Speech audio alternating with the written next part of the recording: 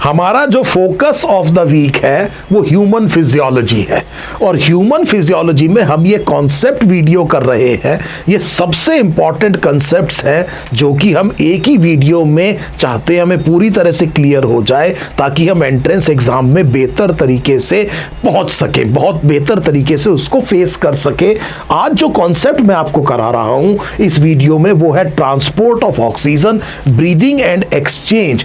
इस वाले चैप्टर से ये पर्टिकुलर कॉन्सेप्ट है, और ये जो ट्रांसपोर्ट ऑफ ऑक्सीजन, ये पैराग्राफ आपकी एनसीईआरटी से कट करके यहां पर दिखाया हुआ है। ऑब्वियसली क्योंकि पुरानी एनसीईआरटी से कट पेस्ट किया हुआ है तो 17.4.1 है, ये नंबर नहीं होगा आपकी टेक्स्ट बुक में, लेकिन ये पैराग्राफ उम्मीद है आपको मिल गया होगा।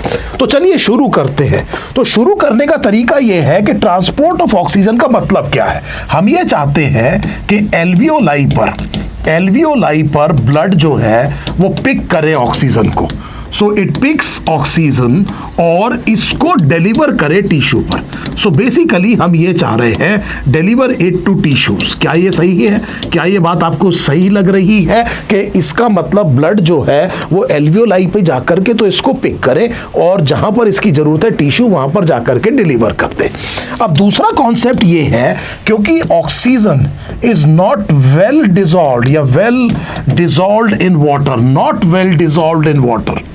सो पानी में ऑक्सीजन उतनी बढ़िया डिसॉल्व नहीं होती जितनी कार्बन डाइऑक्साइड होती है। हम कार्बन डाइऑक्साइड से कंपेयर कर रहे हैं, इसीलिए ऑक्सीजन के ट्रांसपोर्ट में एक पिगमेंट का बड़ा इंपॉर्टेंट रोल है। और हमने ये कहा कि एक पिगमेंट बड़ा इंपॉर्टेंट रोल प्ले करेगा, और ये पिगमेंट कौन है? हीमोग्लोबिन है।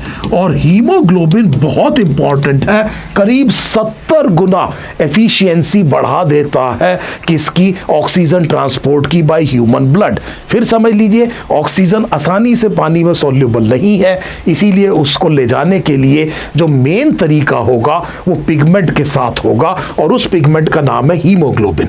जब ऑक्सीजन हीमोग्लोबिन को बाइंड करती है या हीमोग्लोबिन ऑक्सीजन को पिक करता है तो जो मॉलिक्यूल बनता है उसे HbO2 कहते हैं। करीब 97% ऑक्सीजन इस तरह से ट्रांसपोर्ट होती है। जो बची हुई 3% है वो डिसॉल्व्ड स्टेट में ट्रांसपोर्ट होती है, और इसको आप ऑक्सी हीमोग्लोबिन कहते हैं। इसको आप ऑक्सी हीमोग्लोबिन कहते हैं, और यहां पर मैं लिख देता हूं कि इसको आप ऑक्सीडाइज्ड नहीं कहते हैं। सो ये जो हीमोग्लोबिन है ये ऑक्सीडाइज्ड नहीं है बेटे, ये ऑक्सी हीमोग्लोबिन है। बाद में देखेंगे इसका मतलब क्या है। क्या ये बात बिल्कुल क्लियर हो गई? अब एक और चीज देखिए, ये जो हीमोग्लोबिन है ये एक प्रोटीन है, और एडल्ट में जो हीमोग्लोबिन है उसे HbA कहा जाता है। ए का मतलब हुआ एडल्ट। इसमें 4 पॉलीपेप्टाइड चेन है, इसमें 4 पॉलीपेप्टाइड चेन्स हैं, और 4 पॉलीपेप्टाइड चेन्स में एक्चुअली 2 टाइप की हैं। इसमें 2 अल्फा हैं और 2 बीटा हैं। क्या ये बात क्लियर हो गई? अब हम ये कह रहे हैं कि हर एक पॉलीपेप्टाइड चेन पर एक प्रोस्थेटिक ग्रुप है। Each polypeptide chain is attached to one prosthetic group. हर एक का अपना अपना एक प्रोस्थेटिक ग्रुप होगा, और ये प्रोस्थेटिक ग्रुप हीम है, और इस हीम में होता है आयरन, और आयरन को लूजली और रिवर्सिबली बाइंड करती है oxygen. So please try to understand कितना इंपॉर्टेंट कंसेप्ट हमें समझ में आ गया।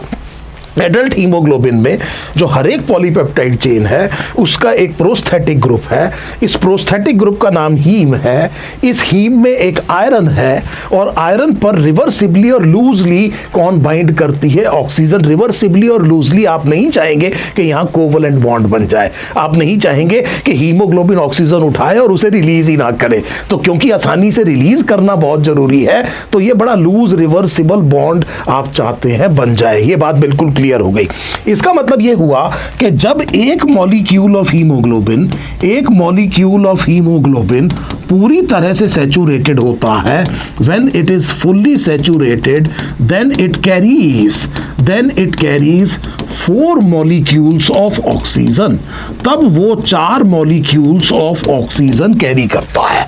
सो ये बहुत इंपॉर्टेंट पॉइंट्स हैं, ये बहुत इंपॉर्टेंट पॉइंट है। उम्मीद है ये बात आपको समझ में आ गई कि एक्चुअली जब आप HbO2 कह रहे हैं तो पूरी तरह से जो सैचुरेटेड हीमोग्लोबिन है वो एक्चुअली 4 मॉलिक्यूल ऑक्सीजन के कैरी कर रहा है। ये ऑक्सीजनेटेड हीमोग्लोबिन है, ये क्या नहीं है बेटे, ऑक्सीडाइज्ड नहीं है। सो यहां पर ये शब्द एक बार और आपको ढंग से बता देता हूं, इसको ऑक्सीजनेटेड कहेंगे और ऑक्सीडाइज्ड नहीं कहेंगे। क्या ये बात क्लियर हो गई? अब देखिए एक और चीज ध्यान से देखिएगा, हम ये कह रहे हैं कि जिस टाइम पर हीमोग्लोबिन पर पहली ऑक्सीजन बाइंड करती है, फर्स्ट ऑक्सीजन मॉलिक्यूल बाइंड्स, तो इसका मतलब है binding of second molecule becomes easier, second molecule of O2 becomes easier, it gets easier. Now this is very very important. इस प्रॉपर्टी को कोऑपरेटिविटी कहते हैं, और बाइंडिंग का मतलब, आसानी का मतलब ये है, हम ये कहना चाह रहे हैं कि हीमोग्लोबिन की एफिनिटी बढ़ जाती है ऑक्सीजन के लिए और वो ज्यादा आसानी से ऑक्सीजन को पिक कर पाता है। सो यहां पर हम किसकी बात कर रहे हैं? हम एफिनिटी की बात कर रहे हैं, और हम ये कह रहे हैं कि ये इंक्रीज हो जाएगी और इसकी वजह से वो आसानी से क्या उठा लेगा बेटे, ऑक्सीजन। जब दूसरा बाइंड करेगा तो तीसरा और आसानी से, और चौथा बाइंड करेगा तो चौथा सबसे ज्यादा आसानी से। इसको हम कहते हैं कोऑपरेटिविटी। सो कोऑपरेटिविटी कहते हैं। एक बात हमें समझ में आ गई कि ये जो एफिनिटी का मतलब क्या है, इसको कितनी ईज से, कितने कम प्रेशर पर हीमोग्लोबिन इसको पिकअप कर रहा है, ये बहुत इंपॉर्टेंट चीज हमें समझ में आ गई। एक तो ये बात बिल्कुल क्लियर हो गई। अब एक इंपॉर्टेंट पॉइंट ये समझिएगा कि अगर 100 ml ब्लड में, ध्यान दीजिएगा बेटे, 100 ml ब्लड में करीब 15 ग्राम हीमोग्लोबिन है, तो हम ये मान के चलेंगे कि ये वैल्यू करीब 100% है। नॉर्मल 12 से 16 ग्राम परसेंट आप जानते हैं हीमोग्लोबिन है, इसको आपने ये कहा कि करीब ये अच्छे से सैचुरेटेड है। अब आप ये कहेंगे कि 1 ग्राम हीमोग्लोबिन 1.34 ml ऑक्सीजन को कैरी करता है। So now this is very important to understand. हम ये कह रहे हैं कि 1 gram haemoglobin 1.34 ml of oxygen को कैरी करता है। तो इसका मतलब ये हुआ कि जो 15 ग्राम हीमोग्लोबिन है वो रफली 20 ml ऑफ ऑक्सीजन को कैरी करेगा। सो यहां पर मैंने कुछ रफ एस्टिमेशन ले लिया है, आप इसको निकालेंगे बाद में तो देखेंगे कि हम ये कहना चाह रहे हैं कि रफली हमने ये मान लिया कि 15 ग्राम हीमोग्लोबिन 20 ml ऑक्सीजन कैरी कर रहा है। और मुझे भूलना नहीं चाहिए कि ये 15 ग्राम हीमोग्लोबिन 100 ml ब्लड में है, और ये ब्लड कौन सा है? ऑक्सीजनेटेड है। सो ये ब्लड कौन सा है? ऑक्सीजनेटेड है। ये एक इंपॉर्टेंट पैरामीटर मुझे समझ में आ गया कि 100 ml ऑक्सीजनेटेड ब्लड में हमने ये कहा कि 15 ग्राम हीमोग्लोबिन है और उसके पास करीब जो है 20 ग्राम क्या है बेटे? ऑक्सीजन है। जब ये ब्लड जाता है टिश्यू में तो वहां पर ये ऑक्सीजन डिलीवर करेगा। अब यहां पर 2 पॉइंट्स आपने सीखने हैं। द प्राइमरी डिटर्मिनेंट, ध्यान से समझिएगा बेटे, primary determinant of the binding of oxygen to hemoglobin is partial pressure of oxygen. Binding of oxygen to hemoglobin is partial pressure of oxygen. ये बहुत इंपॉर्टेंट पॉइंट है, इसको एक बार और समझ लीजिए। मैं ये कह रहा हूं कि अगर पार्शियल प्रेशर ऑक्सीजन का ज्यादा हुआ तो ऑक्सीजन हीमोग्लोबिन को बाइंड करेगा, और अगर कम हुआ तो हीमोग्लोबिन ऑक्सीजन को रिलीज करेगा। तो अगर एल्वियोलाई में पार्शियल प्रेशर ऑक्सीजन का जाता है तो आई एम नॉट सरप्राइज्ड कि एल्वियोलाई में हीमोग्लोबिन ऑक्सीजन को पिक करता है, और टिश्यू पे जहां पे पार्शियल प्रेशर ऑक्सीजन का कम है वहां पर हीमोग्लोबिन ऑक्सीजन को डिलीवर करता है। Now this is very very important. Primary चीज, तीसरी बार कह रहा हूं, अगर आपसे पूछे जी प्राइमरी फैक्टर बताइए कि कब बेटे ऑक्सीजन बाइंड करेगी, कब रिलीज होगी, तो आप कहेंगे कि पार्शियल प्रेशर ऑफ ऑक्सीजन देख लीजिए। अगर पार्शियल प्रेशर ऑफ ऑक्सीजन ज्यादा है तो ऑक्सीजन बाइंड करती है हीमोग्लोबिन को, हीमोग्लोबिन ऑक्सीजनेट होता है, हीमोग्लोबिन ऑक्सीजन से सैचुरेट होता है और वो पहली ऑक्सीजन जब पिक करता है तो दूसरी और आसानी से, तीसरी और आसानी से और चौथी सबसे ज्यादा आसानी से पिक करता है। ऐसा एल्वियोलाई में हो रहा होगा और जब ये वापस आता है, जब ये टिश्यू की तरफ जाता है तो वहां पे पार्शियल प्रेशर कम है, कुछ ऑक्सीजन को वो रिलीज कर देता है। सो हमने ये कहा कि ये मेरा ऑक्सीजनेटेड ब्लड है, ये मेरा ऑक्सीजनेटेड ब्लड जाकर के टिश्यू में घुसा और यहां जाकर के ये कैपिलरीज बन गई। बड़े ध्यान से देखिएगा, इन कैपिलरीज ने जुड़ करके ये वेन बनाई और ये वेन जो है यहां से बाहर निकल गई। ये टिश्यू में ये क्लोज सर्कुलेटरी सिस्टम है, ये जो जगह है टिश्यू है। हम ये कह रहे हैं कि यहां पर जो 100 ml ब्लड गया इसमें 20 ml ऑक्सीजन थी, यहां पर जो 100 ml ब्लड ये डीऑक्सीजनेटेड है, इसने ऑक्सीजन रिलीज कर दी है, ये डीऑक्सीजनेटेड ब्लड है, इसमें भी 15 ml ऑक्सीजन होती है। तो जब ये टिश्यू में घुसा तो इसमें 20 ml ऑक्सीजन थी, जब ये टिश्यू से बाहर निकला तो इसमें 15 ml ऑक्सीजन अभी भी है। मैं नॉर्मल फिजियोलॉजिकल कंडीशंस की बात कर रहा हूं।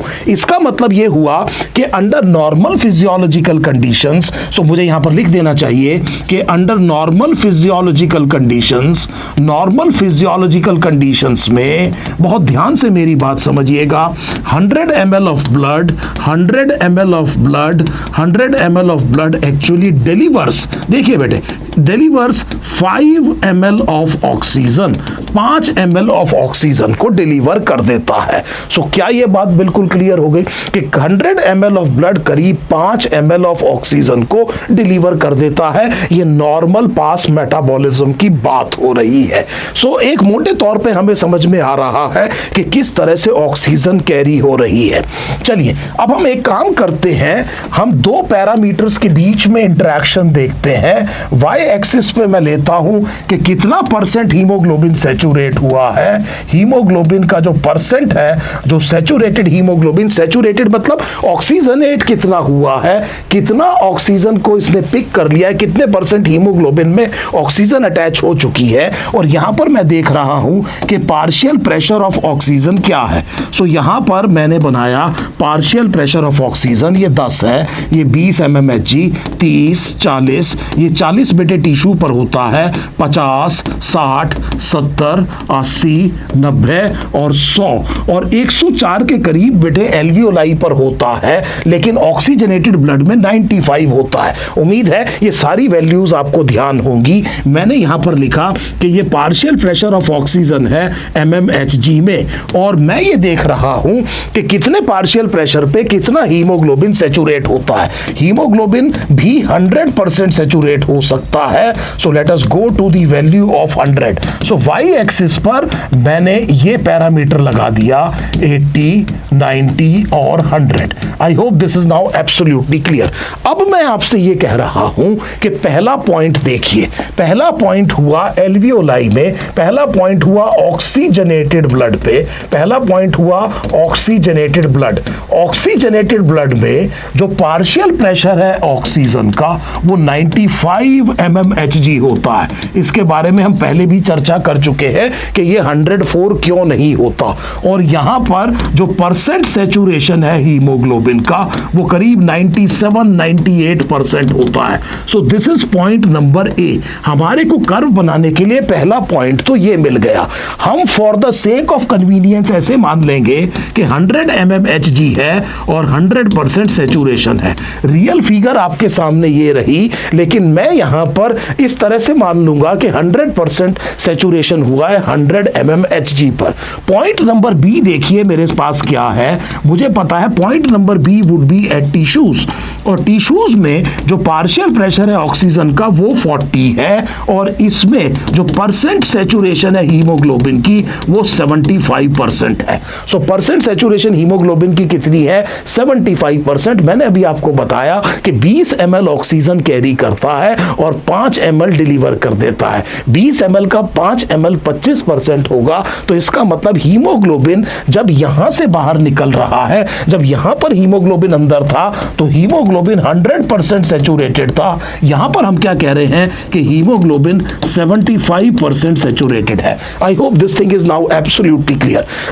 अब देखिए यहां पर इसका मतलब यह हुआ कि मैंने ये कहा कि ये 2 पॉइंट तो मुझे समझ में आ गए। एक तीसरा पॉइंट मैं आपको और बता रहा हूं। इस पॉइंट को हम कहते हैं P50। P50 का मतलब यह है कि वो पार्शियल प्रेशर कितना है ऑक्सीजन का जिस पर हीमोग्लोबिन 50% सैचुरेट होता है। सो हमें यह पता चला कि ये वैल्यू करीब 26.7 mmHg है और हम for the sake of convenience इसको 30 mmHg ले लेंगे। सो मेरे पास एक और पॉइंट आ गया। मैंने ये मान लिया कि 30 mm पर करीब 50% हीमोग्लोबिन सैचुरेटेड है। हायर क्लास में मैं इसकी वैल्यू कितनी लूंगा बेटे? 26.7। सो मेरे पास जो 3 पॉइंट्स थे वो 100 पर 100। सो मेरे पास एक पॉइंट तो बेटे यहां कहीं पर आ गया। मैं आपके सामने जो कर्व बना रहा हूं इसे ऑक्सी हीमोग्लोबिन डिसोसिएशन कर्व कहते हैं। मेरे पास ये पॉइंट नंबर ए मुझे मिल गया जो एल्वियोलाई पर है। पॉइंट नंबर बी मुझे मिलेगा यहां पर 40 mmHg है और 75% सैचुरेटेड है। आप देखिए ग्लोबिन की प्रॉपर्टी कितनी इंपॉर्टेंट है। ग्लोबिन ही क्यों नेचर ने सेलेक्ट किया है। आप देखिएगा कि इस एफिनिटी के कर्व की शेप क्या है और 30 mmHg पर ये नंबर करीब करीब 50% है। सो ये मेरे पास एक सी पॉइंट आ गया। ये बी है, ये सी है। उम्मीद है आपको समझ में आ गया कि आप किस तरह से इस कर्व को बना रहे हैं। अब बड़ा सिंपल है कि मैं अगर इन पॉइंट्स को जोड़ दूं तो मुझे एक सिग्मॉइड शेप कर्व आएगा और इस कर्व को ऑक्सी हीमोग्लोबिन डिसोसिएशन कर्व कहा जाता है। तो ये जो कर्व है इसको ऑक्सी हीमोग्लोबिन डिसोसिएशन कर्व कहा जाता है। मुद्दे की बात केवल ये है कि हम ये देखना चाह रहे हैं कि क्या एफिनिटी किस तरह से चेंज होती है हीमोग्लोबिन की ऑक्सीजन के लिए। मैं बार बार शब्द इस्तेमाल कर रहा हूं एफिनिटी, ये आपके लिए कीवर्ड होना चाहिए।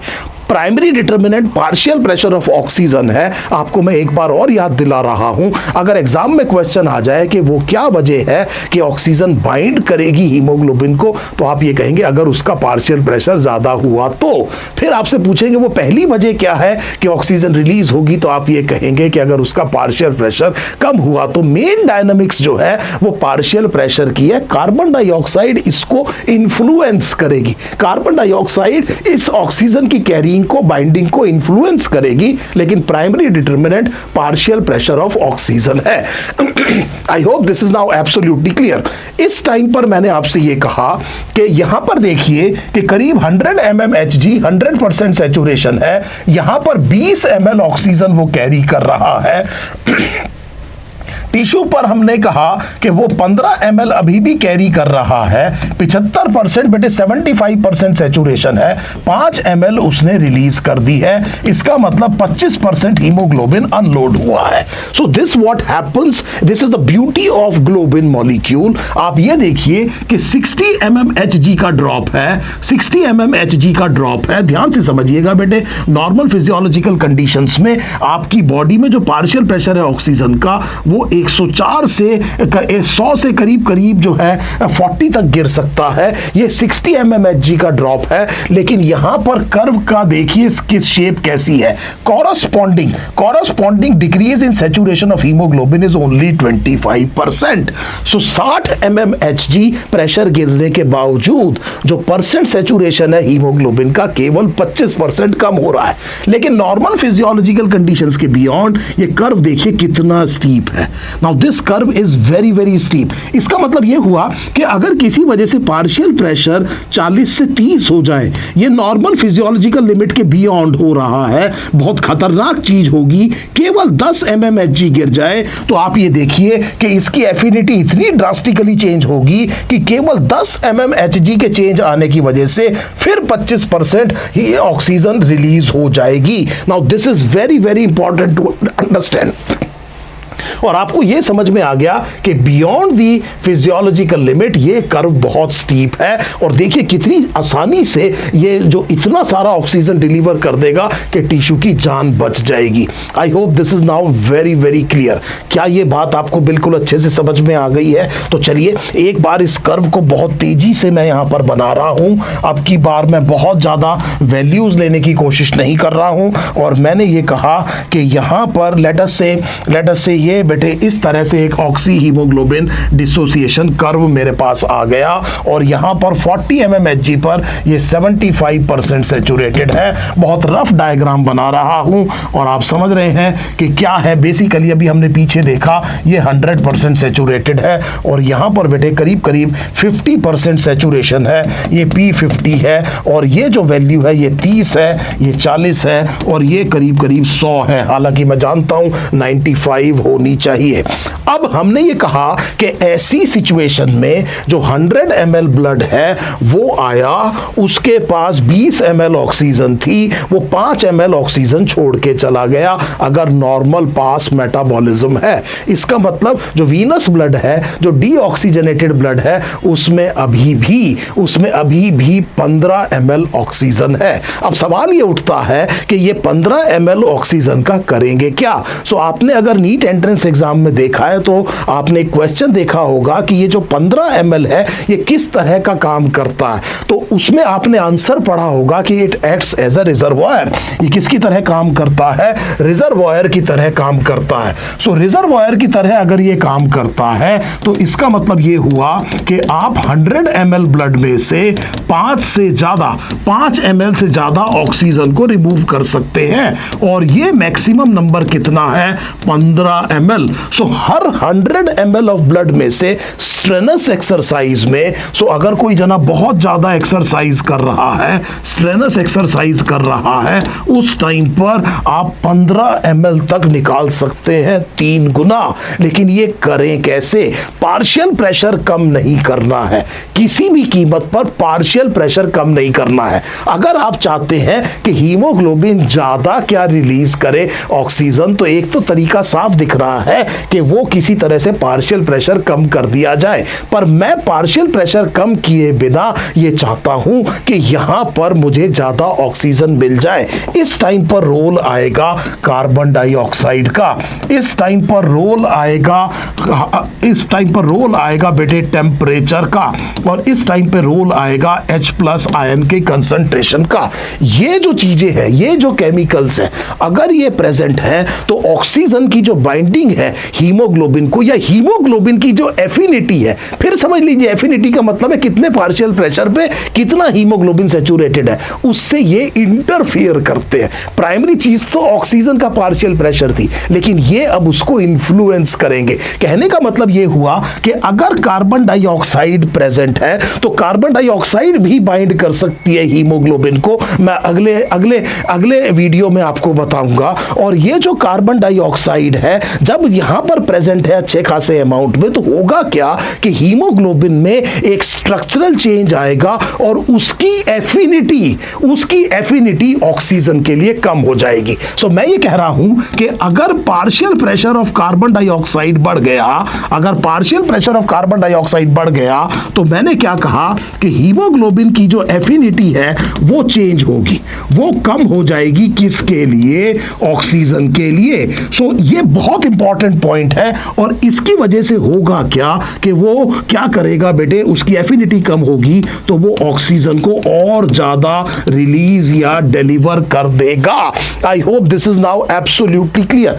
सो हम ये कह रहे हैं कि अगर किसी चीज की एफिनिटी, अगर फिर मैं यहां पर एक बार दोबारा से ये शब्द आपको समझा देता हूं, एफिनिटी अगर मान लीजिए बढ़ गई तो इसका मतलब है लो पार्शियल प्रेशर पे ज्यादा सैचुरेशन होगा, more saturation. Now this is very important to understand. देखिए मैं क्या लिख रहा हूं, मैं ये कह रहा हूं एफिनिटी का मतलब ये है कि अगर एफिनिटी बढ़ गई तो इसका मतलब ये हुआ कि लोअर पार्शियल प्रेशर पे ज्यादा सैचुरेशन होगा, और अगर एफिनिटी घट गई तो इसका मतलब ये है कि ये जो है बेटे सैचुरेशन कम होगा। सो अगर पार्शियल प्रेशर कम हुआ तो क्या होगा बेटे? लेस सैचुरेशन होगा, और ज्यादा सैचुरेशन के लिए काफी ज्यादा नॉर्मल से ज्यादा पार्शियल प्रेशर चाहिए। चाहिए। आई hope this is now absolutely clear. क्या ये बात आपको समझ में आ गई कि ये एफिनिटी का कंसेप्ट क्या है? अब हमने कहा कि ये कार्बन डाइऑक्साइड इसकी एफिनिटी को चेंज कर देती है। अगर इसीलिए कार्बन डाइऑक्साइड बढ़ गया टिश्यू में टेम्परेचर बढ़ा हुआ है और टिश्यू में जो H+ आयन है उसकी कंसंट्रेशन बढ़ी हुई है, तो वो हीमोग्लोबिन पर असर डालेगी और होगा ये कि इसकी एफिनिटी कम हो जाएगी और एफिनिटी को इंटरप्रेट किया जाता है राइट शिफ्ट से। सो इसका मतलब ये हुआ कि इनकी वजह से कर्व किधर शिफ्ट हुआ है बेटे? राइट में शिफ्ट हुआ है। राइट में शिफ्ट का मतलब देखिए, अब ये कर्व इस तरह का बन रहा है। इसका मतलब ये हुआ कि उसी पार्शियल प्रेशर पे ध्यान दीजिएगा बेटे, 40 mmHg पर बिना राइट शिफ्ट हुए 75% हीमोग्लोबिन सैचुरेटेड था और केवल 5 ml ऑक्सीजन डिलीवर होगी। लेकिन कर्व किधर शिफ्ट हुआ है बेटे? राइट में। इसकी एफिनिटी क्या हुई है बेटे? कम हुई है। और उसी पार्शियल प्रेशर पर अब आप देखेंगे कि कुछ ऑक्सीजन और रिलीज हो जाएगी क्योंकि हीमोग्लोबिन की एफिनिटी क्या हुई है बच्चे? कम हुई है। ऑन दी अदर हैंड, अगर मान लीजिए कार्बन डाइऑक्साइड का लेवल कम हो गया, टेम्परेचर बेटे कम हो गया और H+ आयन की कंसंट्रेशन कम हो गई, तो हम ये कह रहे हैं कि कर्व किधर शिफ्ट होगा बेटे? लेफ्ट में शिफ्ट होगा। So please try to understand. मैं ये कह रहा हूं कि एल्वियोलाई में होगा क्या? एल्वियोलाई में मैंने ये कहा कि पार्शियल प्रेशर कार्बन डाइऑक्साइड का कम है, टेम्परेचर बेटे कम है और H+ आयन की कंसंट्रेशन कम है। इसका मतलब कर्व किधर शिफ्ट होगा बेटे? लेफ्ट में। कर्व किधर गया बेटे? लेफ्ट में। इसका मतलब क्या है? एफिनिटी ऑफ हीमोग्लोबिन, ध्यान दीजिए, affinity of haemoglobin for oxygen increase होगी और इसकी वजह से ऑक्सी हीमोग्लोबिन बनेगा लंग्स पर। क्या यह बात बिल्कुल क्लियर हो गई? और टिश्यू पर क्या होगा बेटे? टिश्यू पर हमने ये कहा कि कार्बन डाइऑक्साइड बढ़ गई है, टेम्परेचर बढ़ गया है, H+ आयन कंसंट्रेशन बढ़ गई है। कर्व किधर शिफ्ट होगा बेटे? राइट में शिफ्ट होगा। इसका मतलब जो एफिनिटी है वो कम हो गई है हीमोग्लोबिन की। इसका मतलब ये डिलीवर करेगा और डीऑक्सीजनेटेड होगा। ये बेसिक चीज है और आप जानते हैं कि ये जो असर है, खास तौर पे इस असर को, यहां पर जो असर है, हम बेटे बोर इफेक्ट कहते हैं। इसके बारे में किसी और दिन डिटेल में बात करेंगे। अभी नीट एंट्रेंस एग्जाम से पहले केवल ये देख लीजिए, इसको बोर इफेक्ट कहते हैं। सो जिस टिश्यू की जितनी रिक्वायरमेंट है, कर्व उतना राइट में शिफ्ट हो जाएगा और वहां पर उतनी ही ऑक्सीजन डिलीवर हो जाएगी। नॉर्मल सर्कमस्टांस में मैंने ये कहा 5 ml डिलीवर होता है पर 100 ml ऑफ ब्लड ऑक्सीजनेटेड, लेकिन स्ट्रेनस एक्सरसाइज में हमने ये कहा कि 15 ml तक निकाला जा सकता है। टिश्यू पर क्या हो रहा है बेटे? बोर इफेक्ट हो रहा है। बोर इफेक्ट में कर्व किधर शिफ्ट हो रहा है बच्चे? राइट में शिफ्ट हो रहा है। और राइट शिफ्ट का मतलब क्या है? एफिनिटी घट रही है हीमोग्लोबिन की। किसके लिए? ऑक्सीजन के लिए। और इसलिए वो ज्यादा ऑक्सीजन क्या कर रहा है? डिलीवर कर रहा है। चलिए फटाफट आपकी एनसीईआरटी पे चलता हूं। एक बार जल्दी से एनसीईआरटी की सारी लाइंस आपके सामने यहां पर रिपीट करते हैं। देखिए, oxygen is a red coloured pigment, red colour iron containing pigment. तो हमें पता चल गया आयरन है प्रेजेंट इन आरबीसी और ये रिवर्सिबल और लूजली, मैंने आपसे कहा था, ऑक्सी हीमोग्लोबिन का मतलब ऑक्सीजनेटेड हीमोग्लोबिन है।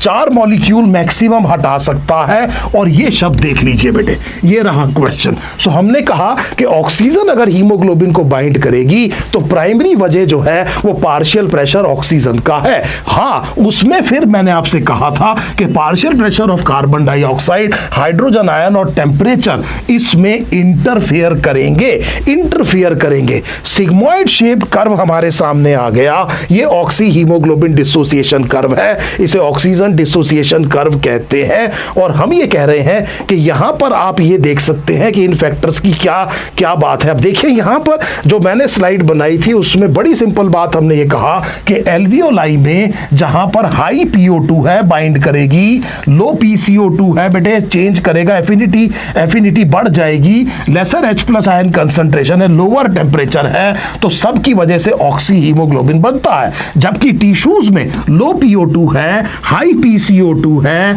हाई H+ आयन कंसंट्रेशन है, हाई टेम्परेचर है, यहां पर कर्व बेटे राइट में शिफ्ट होगा। सो टिश्यू में कर्व किधर शिफ्ट होगा बच्चे? राइट में शिफ्ट होगा। क्यों? क्योंकि PCO2 बढ़ गया, टेम्परेचर बढ़ गया और H+ आयन कंसंट्रेशन घट गई। और बेटे लेफ्ट में कर्व शिफ्ट होगा, लेफ्ट में जब शिफ्ट होगा तो वो होगा एल्वियोलाई पर, और ये बेटे बहुत इंपॉर्टेंट चीज है, वहां ऑक्सी हीमोग्लोबिन बनेगा, यहां ऑक्सीजन डिलीवर होगी। सो क्या ये बात समझ में आ गई? सो इसका मतलब आपकी एनसीईआरटी कह रही है कि क्लियरली ये समझ लीजिए कि ऑक्सीजन बाइंड होती है हीमोग्लोबिन को लंग्स में और डिसोसिएट होती है टिश्यू में। हर एक 100 ml of oxygenated blood deliver करता है करीब 5 ml under normal physiological conditions. मैंने आपसे कहा कि 15 ml तक निकाला जा सकता है। उम्मीद है अब आपको कुछ भी चीज रटने की जरूरत नहीं होगी, एक एक शब्द आपकी एनसीईआरटी का आपको समझ में आ गया है। आप इस वीडियो के कमेंट में अपने क्वेश्चन डालिए और मैं कोशिश करूंगा to the best of my capability आपका जो भी डाउट है उसे दूर किया जाए। बहुत जल्दी इसी में एक और कॉन्सेप्ट वीडियो आपके साथ शेयर करता हूं। Thank you so much.